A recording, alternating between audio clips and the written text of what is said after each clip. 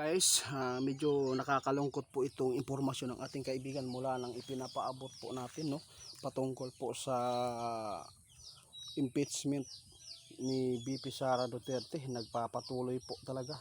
Mayroon lang pong babala si kaibigan mula nang ipinapaabot sa atin tungkol po sa himpapawid na mayroon pong libu-libong flying fox o malalaking paniki ang namataan kung saan ito ay lumilipad sa taas doon sa kagubatan sa part ng Maguindanao. Kaya pakinggan po ninyo, tiningnan po ng ating kaibigan ang nangyayari doon sa Maguindanao na mga paniki, kung normal lang po ba. Medyo nababahala ako guys dahil talagang masama po ito kaibigan.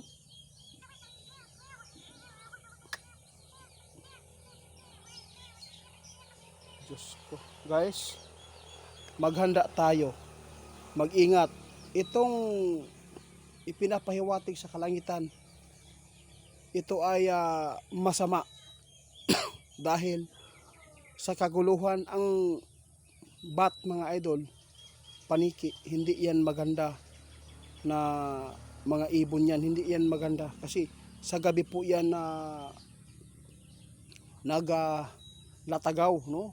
Lumalabas. Pero bakit lumabas po sa araw? Ibig sabihin nito, mayroon siyang ipinapaabot sa mga tao ngayon na dili ta magpadala sa tensyon.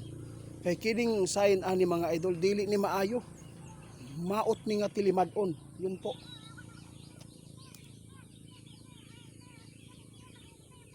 Sos, grabe naman yung kaibigan. Guys, hindi natin gusto na ang taga Mindanao na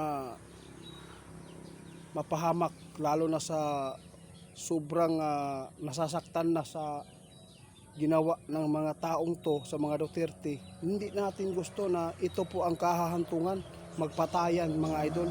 Ayaw po natin mawatak-watak, no? Gusto ba ninyo na kapwa Pilipino, Mindanao versus Luzon? Hindi maganda. Madadamay po ang mga supporters ng mga Duterte dyan sa Luzon din. Guys, tandaan po ninyo, may paparating talaga na malaking kaguluhan dito sa Pilipinas. Hindi natin alam, magkaroon ng kudita, people power ba? Hindi natin alam ang mangyayari dito.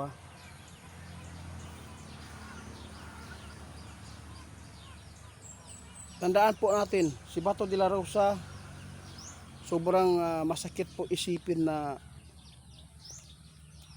mayroon pong mga picture nilagyan na ng wanted. Sobrang napaka masilan po yan mga idol. Nasa government po si Bato de la Rosa pero ginaganyan nila, no? Hindi po maganda. Sabi ng ating kaibigan, ito po ang magbibigay din po ng masamang mangyayari. Dahil ang mga tao, mga idol, hindi natin alam po kung ano po ang kanilang nasa isip. Baka may mga tao magrorumintado pa dito dahil sa didiin nila sa mga taga Mindanao na mga politiko. Salamat kaibigan sa mga babala. Guys, babala ng ating kaibigan kinumpirma po niya ang paniki kung saan ito ay napakarami. Hindi talaga normal daw yan.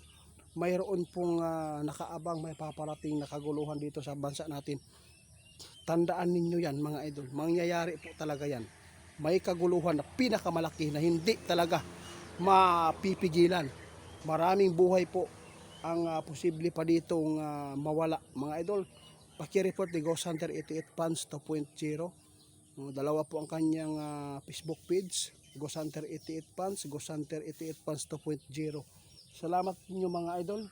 Ang babala ng ating kaibigan, ayaw po ng ating kaibigan mapapahamak po ang mga supporters ng bawat magkabila ng mga sinusuportahan tulad po ng BBM, Duterte. Ang sa amin dito, makapaghanda tayo at makapagbigay ng impormasyon para kung mayroon makapanood dito ng mga BBM supporters, at least malaman nila, isip sila na hindi talaga maganda itong ginagawa natin. Bakit pa, tama, bakit pa mag-aaway-away ang mga sumusuporta lang sa mga politiko? Yun, dapat tingnan natin ng maigi. kasi ang pagsisisi na sa huli. Oo, sino po ang mananalo dito? Yung sinusuportahan natin. Hindi naman yan sila nagbibigay sa atin ng mga pagkain. Kaya tandaan po ninyo mga idol, ang nangyayari ngayon, hindi na ito maganda. Ha? Hindi na natin alam at hindi na po natin nababasa ang isipan ng tao ngayon. O, lalo na daw ang mga diehard na mga supporters, no? Kaya tandaan natin ngayon, manalangin po tayo para hindi tayo maagaw sa demonyo. Guys, hanggang dito na lang muna at maraming salamat sa inyo, kaibigan. Ingat tayo sa mga sakuna, mga idol. Sabi ng ating kaibigan, huwag nating kalimutan, ang sakuna ay nandyan lagi sa atin, no? Mag-ingat at lalo na sa mga supporters ng mga Duterte. Huwag tayo magpadala sa bugso ng damdamin po natin. Dahil nakikita ng ating kaibigan, grabe po, hindi po maganda po para ito mangyari. Lalo na sa mga supporters ng mga Marcos. Alam kong sobrang natutuwa na kayo sa nangyayari sa mga Duterte, no? Mas pinapriority lang ninyo ang 125 million kaysa trillion na ninakaw ng kaban ng bayan na hindi, hanggang ngayon hindi pa na tuldukan at hindi pa nakulong ang mga salarin.